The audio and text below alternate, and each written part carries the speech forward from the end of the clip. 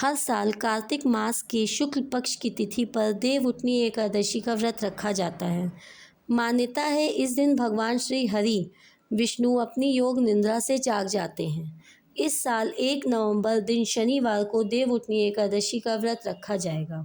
एकादशी का व्रत बिना कथा का पाठ किए अधूरा माना जाता है। देवउठनी एकादशी व्रत कथा को पूरी श्रद्धा से पाठ करना चाहिए और सुनना चाहिए।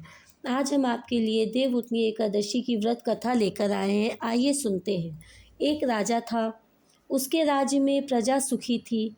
एकादशी को कोई भी अन्न नहीं बेचता था, सभी फलाहार करते थे। एक बार भगवान ने राजा की परीक्षा लेनी चाहिए। भगवान ने एक सुंदरी का रूप धारण किया तथा सड़क पर बैठ गए। तभी राजा उधर से निकला और सुंदरी को देखकर चकित रह गया। उसने पूछा, हे सुंदरी, तुम कौन हो और इस तरह यहाँ क्यों बैठी हो? तब सुंदर स्त्री बने भगवान बोले, मैं निराश्रिता हूँ, नगर में मेरा कोई जाना पहचाना नहीं है, किससे सहायता मांगूं? राजा उसके रूप पर मोहित हो गए थे। वह बोले, तुम मेरे महल में चलकर मेरी रानी बनकर रहो। सुंदरी बोली, मैं तुम्हारी बात मानूंगी, पर तुम्हें राज्य का अधिकार मुझे सौंपना होगा। राजा पर मेरा पूर्ण अधिकार होगा और उसके राज्य पर भी मेरा पूर्ण अधिकार होगा। मैं जो भी बनाऊंगी तुम्हें खाना होगा।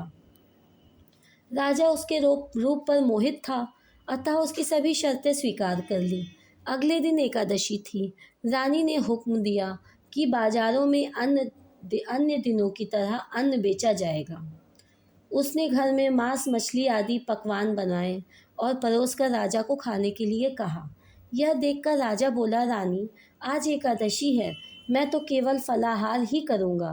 तब रानी ने शर्त की याद दिलाई और बोली, या तो खाना आपको खाना ही पड़ेगा, नहीं तो मैं बड़े राजकुमार का सिर काट दूंगी। राजा ने अपनी स्थिति बड़ी रानी से कही तो बड़ी रानी बोली, महाराज, धर्म ना छोड़े, बड़े राजकुमार का सिर दे दे। पुत्र तो फिर मिल जाएगा पर धर्म नहीं मिलेगा। इसी दौरान बड़ा राजकुमार खेल कर आ गया।